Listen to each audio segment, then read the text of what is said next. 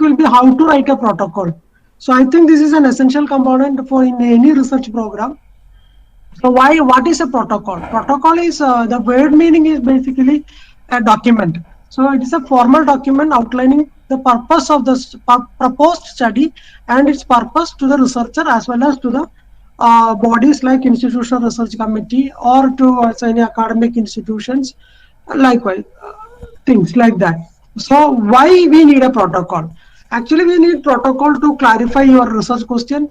Yesterday you might have had a nice lesson on research question. Then to combine the existing knowledge to formulate a hypothesis and to decide the study design to clarify the ethical consideration and as well as for applying for fund. And actually, Einstein famously said, if we knew what it was we are doing, then it would not be called it as research. So basically, for us to know what we are intended to do and how we are doing, we basically need a protocol. So protocol essentially explains the answers to the common questions like who, what, where, when, why, how. So we will be going into much more details about answering these questions. So why? The why actually answers the set out of the question and its relevant background information, and how will tell you what is your study design and how, what is the rationale for choosing this particular study, and who will be the answer to the who will be telling you the target of your study, the population, the sample size, and what exactly you are studying, that will tell you the variables, the outcome, and where is your study setting and when you are doing and why you choose that particular point, and ultimately so what, that is the expected significance of the results or outcome. So this is very important. Usually most of the researchers will be concerned about up to this when, then what will be the outcome, how far it is going to help us, our fellow human being. This is the most important aim of any research. So it is said that all research must give uh, some results to the betterment of our human beings. So essentially, the components of a protocol are I actually numbered into 10. So all protocol must have a title. Sorry, yeah, title, and then there should be introduction and a review of literature. So this will answer our what the whys and the objective. What is our exact research question or objective? And the where, what, when, and how. This will be addressing the under the heading known as either methodology or materials and methods. Then the expected outcome of the study and ethical consideration, references usually we will opt one core styling. Then so many additional requirements like we will have to attach performer or questionnaire or data collection sheet. And this is the most essential thing, the consent and participant information form in English as well as in their local language. So these are the basic 10 headings and we will be going to one by one. So title. So it is said that each and everybody must know that something known as CATS. CATS is the title must be concise, accurate, to the point, and short. So how we can arrive at a good title? So I will give you some tips. So list the most important factors to be studied as well as the methodology or treatment or intervention. Then try to categorize the words that can be grouped. Then compose a word which is actually basically an eye-catching title. So this is a simple tip. So first you can write a title, and after writing the entire protocol, you must revise the title so that the title, whether the title is an eye-catching one, actually communicating each and every key points in the protocol, that must be communicated in the title. So introduction, after title we will be writing the heading known as introduction. The alternate names are background or justification, rationale, or some people even use literature review, but in our part of world usually we won't use literature review for this introduction part. So introduction part basically answers the why and the what.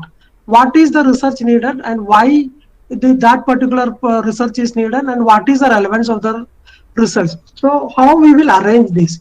So there must be a logical flow of statement. Let me take an example. For example, if I want to study the incidence and determinants of COVID-19 infection in a healthcare setting of Kerala, South India, Then how I will write the introduction. So first of all, I want to write from the magnitude of COVID-19. So better I will start from the world scenario. Then I will come to the South Asian scenario. Then Asian scenario. Then I will come. I will address regarding the scenario in India. This basically started in June 30, and that too in Kerala, and that too in South India, Thrissur. So there will be a logical flow statement in magnitude, frequency, distribution, or and next paragraph you can include what are the probable causes of the problem and what are the possible solutions and what are the unanswered questions. So this is basically I will tell you why, basically the rationale for your research. So we can once again I will repeat COVID-19 situation in world, Southeast Asia, Asia, Kerala, and Thrissur. And in Thrissur, nobody studied probably prevalence and determinants of COVID-19 in a healthcare setting. That's why I'm choosing that particular topic. So the introduction must be like this. There must be a logical flow statement. So at the end, there must be why you are actually selecting that particular topic or objective. So there must be justification for that particular topic. So let's take just like for easy, just like we are all accustomed with say beginning to tell a story, telling a story or listening to this. So basically, introduction must be like beginning to telling a story, like a wide upper part, and we will start with what is known, state what is unknown, and we will end with what the study will answer. So there will be a tapering end, and that narrow portion we will place our objectives. I'm sorry for the spelling mistake. So objectives. So the introduction must structure like a funnel. And the statement of the problem, that will be the third heading, the literature review. I think there will be a nice session on literature review for following this my section. So I'm not going to tell you about much related to literature review. But I want to tell you one thing. Basically, copy from one is usually known as plagiarism, and most of these health universities has got softwares to detect this sort of plagiarism. Only 30% or 40% is the allowable copy. Exact word copying from other researchers. So better you give always references, so you can escape out of this plagiarism. So copy from one is plagiarism, copy from many we can call it as research. So be cautious related to literature review and giving references. Next one is most important one, that is about writing a objectives, or basically objectives is a shortened version of our research question. Probably Dr. Rajini might also told you about the PICOS in research question, that is a population, intervention, or comparison, or outcome. So that must be framed in such a way that the objective must be SMART. That is, this must be specific, measurable, attainable, reliable, and time limited. So the easiest method is you use action verbs, just like to determine the prevalence of COVID-19 infection, to compare various risk factors of COVID-19 in healthcare settings, like to calculate, to reduce, to describe. So better frame your research question with the use of action verbs. Then, for example, let me take another research question. Effectiveness of research methodology workshop in bringing out research among medical postgraduates. So what is happening here? Research among medical postgraduates. So this is my population. I want to tell you that the population here I am referring is the study population, which is entirely different from the census population. Census population, we mean each and every living creature in this world. Here my study population includes only medical postgraduates. So I can't study the entire medical postgraduates in the world or in India. That's why I'm opting some sample studies that probably this group of medical postgraduates who are attending this particular workshop. So this is my sample. So what all things I will observe in the sample, I will try to extrapolate or infer in terms of inference in the population. So this is very important. So you must have a pakka selection process by which you can accurately select the sample. Then only you can project your results in the population. Then only the results will be valid. So you must be careful in selecting your study population as well as your sampling process, or the sample. So let me finish with an example. Another common saying, with all due respects to my all psychiatry teachers, is a common statement. Usually, a psychiatrist will comment. Practically, everybody is neurotic. So, what is happening here? So here, a psychiatrist who actually said this comment, he misinterpret the population. Why? Because his sample, that means the patients who is visiting to a psychiatrist, usually most of them will be a neurotic or a psychotic patient, whatever. They will be having some psychiatric problem, and the psychiatrist, without the epidemiological awareness, he simply projected his sample data or observation into a population, and he concluded that the entire population is neurotic. So this is usually happening. So you must have a accurate, you must decide what exactly your study population, what you want to talk about in a population. Okay. So far I was talking about introduction, literature review, and objectives. And so there is something known as the hourglass notion of research. So you just see this. So we started on a broad aspects from the world, and we narrowed down through this, and we actually, that narrow portion, we placed our objectives. Then from there, our results and discussion must go on a broader aspect, just like that we asked if as we started our introduction. So our results in the sample we must project into a study population. So this is known as hourglass notion. So you must, what I want to tell you is the discussion part is very, very important. So if you are selecting a cross-sectional study, so you have to tell, okay, the prevalence of COVID-19 in Thrissur is this much percentage, and the prevalence of COVID-19 in China is this much percentage. So we can compare. So this will give you a comparison or a rough idea related to the authenticity of our results. So for example, our prevalence was around 2%, and China it was around 3%. So we can know that this is almost similar in occurring in a pandemic situation like that.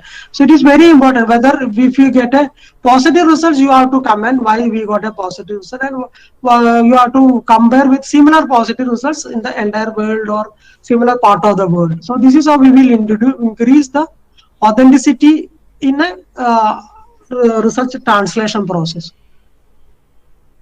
So next important one is methodology. Methodology is an important, results are evaluated on robust methodology. So you must be careful in selecting the methodology.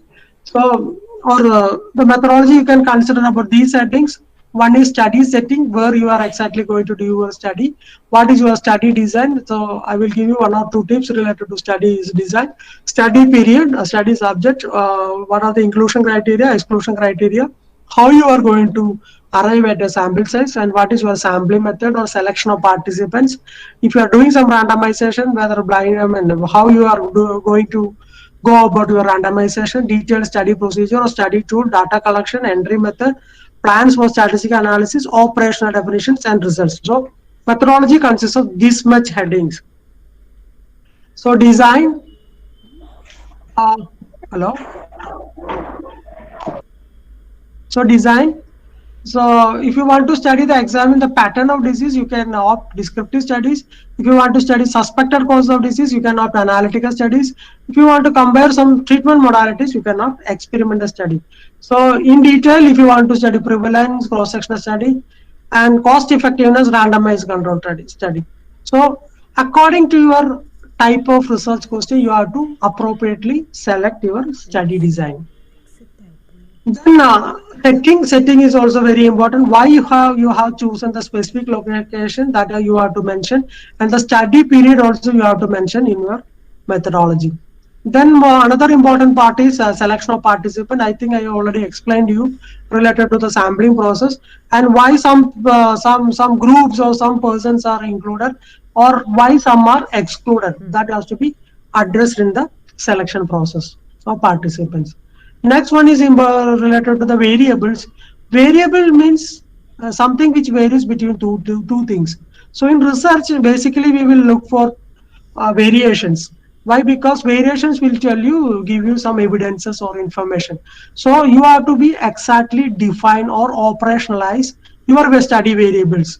For example, They vary, protocol must be considered incomplete if their operational aspects are vaguely formulated. For example, if I take age, so age in my study, I will take it as age as the last birthday, not age as decimal point. Somebody's age was 36.2345 years, not like that. So I will take a whole number. So another example commonly used one is sex, related to sex. If you want to correctly define the gender or sex, actually the international classification is for Indian International Olympic Association. You might have heard about the sex testing related to semenia. So there must be accurate diagnosis. For a simple example, suppose if I want to study about and tobacco use. So for me, in my operational definition, I will take those persons who use tobacco for at least 2 months. I will take it as tobacco user. For some other researchers, they will opt like that. Anybody who actually tasted tobacco during their entire lifetime, they will use it as tobacco. So operational definition is very, very important. That has to be clearly mentioned what or how you, each and every variables are defined in your particular study. Next one is about the another aspects of methodology that is related to the data source, questionnaire, interview method, case record, clinical examination. How you are going, for example, if you take BP, how you are going to measure BP? The patient will be in that sitting position, and you will use that left arm, that sort of thing. Or if you are using a digital manometer, you have to tell like that. So everything that related to data source must be included. Then related to measurements. So here you can use BP measurement. Either you are using position, number of reading. You will take 2 readings and I will take an average, or I will take a single reading for BP. So that there must be adequate methods for the validation or standardization process also. Or better technologies, simple tips I can tell you is you will use standardized equipments for measurement. So that will simplify your methodology part. So measurements, how you are going to take it is you have to clearly mention your protocol. And if you are intended to do some sort of RCT, then how you are going to do the intervention, how you are going to do the randomization, how you are going to, what sort of blinding you will opt, single, double or triple blinding, or how you are going to materialize that sort of things you have to mention in that. So clinical trial, usually in PG thesis, better clinical trials are not at all allowed. So you can even use a therapeutic trial, that too under the guidance of a guide. So you have to get a CTRI number. You have to register in that in the clinical trial registry of India. Then only you have to proceed. Then sample size, I think yesterday you got a nice session related to sample size. Then justification of the sample size, why the number proposed in each study group is that much, and based on which study or which method or which statistical formula you have used, and proposed statistical analytic strategy. After 2 sessions, I will be dealing with the analytic strategy. So, and last part of this methodology must be related to ethical part. So ethical part must address the consent and confidentiality issues. So we got ethical committee. So ethical committee procedures will be dealt in detail. So in an ethical parliament, the decision making or consent part, there must be 2 things. One is participant information sheet, and other one is the consent form. So participant information sheet must be in the local language as well as in English. So the participant information sheet will basically convey the participant what is the actual purpose of the study, what are the risks involved, what are the benefits involved, and is there any problem with participating in this study. So that must be included in this participant information sheet. And related to consent must be a well written informed consent. So consent and assent everything will be described. So consent also has to be there in the local language, and there must be voluntary consent. So at any time they can withdraw from the study, or they got any freedom to even not to answer any of the questions, and there won't be any issues related to their treatment or something else, and there won't be any financial burden on them. So that must be there, and ideally you need to even give the contact details of the researcher. So another point, this is something known as Gantt chart. This is needed in a much more advanced protocol, not in our routine process. So references, and probably there will be another session. So, but I want to tell you this name you should remember. That is Vancouver Style, and this is the if you want to check for any site, you can look for this ICMGE site. You please look for the expansion. Then another also annexes you can include proforma, questionnaire, or data collection sheet. Whatever methods you are using, or if you are using questionnaire, you have to attach the exact questionnaire for getting the research permission. Then additional requirements for funding. For funding agencies, if you are applying for some sort of funding, you have to give the budgeting process, actual budget, manpower and requirement, timeline chart, intended benefits from effects from this study, synopsis of the protocol, and curriculum idea of principal investigator and co-investigators. And one or two slides I will be dealing with, will be giving you some, if you got some confusion in the guideline, in the headings, how to write it, you can even look for the reporting guidelines. These are basically for publishing the article, but this is very well given, freely available. So you can look for, suppose if you are writing for an observational study, you can look for this top statement. So this top statement will tell you how to write a title, how to write the introduction, how to write the methods. Everything is there in the top statement. So likewise, if you are actually some sort of report, you are reporting some sort of clinical trial, or even you are making a protocol on clinical trial, you can seek the help of consort, and there is something on a STAR for looking for diagnostic test evaluation. So there are so many reporting guidelines available. This will tell you. Even you can look for this Equator network. This will tell you how to. These are the links where you can search how you have to write that. Suppose in the experimental study, how you have to write that experimental part. So last part, how to judge the protocol. So this is the actual acceptance certificate from KUHS. So they will be having 10 questions. So you have to carefully read up or look for these sort of questions. They will evaluate in these 10 different headings. And the first one is whether research problem is stated clearly and objectively. If they feel it is yes, then they will give a tick. The problem statement contains variable, population and setting.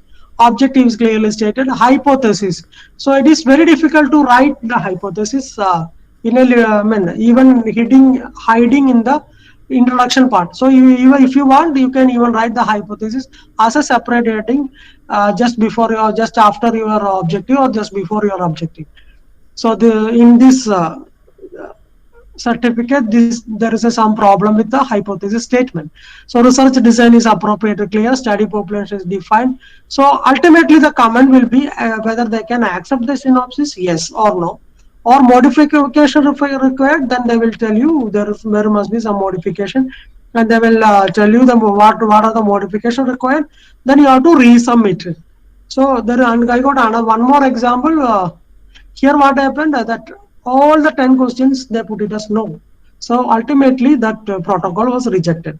So you need to take extra care while preparing the protocol so that you can save valuable time. So please make sure that you are going through all these different 10 headings. So ultimately your protocol will be submitted to our KUHAS, and it must be approved by ethical committee. Before that, our research committee must approve, and there must not be more than 500 words.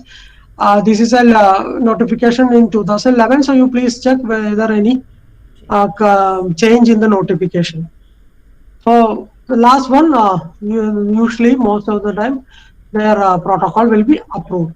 So I think I have explained related to that most important key aspects of the protocol, like CATS and SMART objectives, and PICO related to our research question. So thank you. Any queries?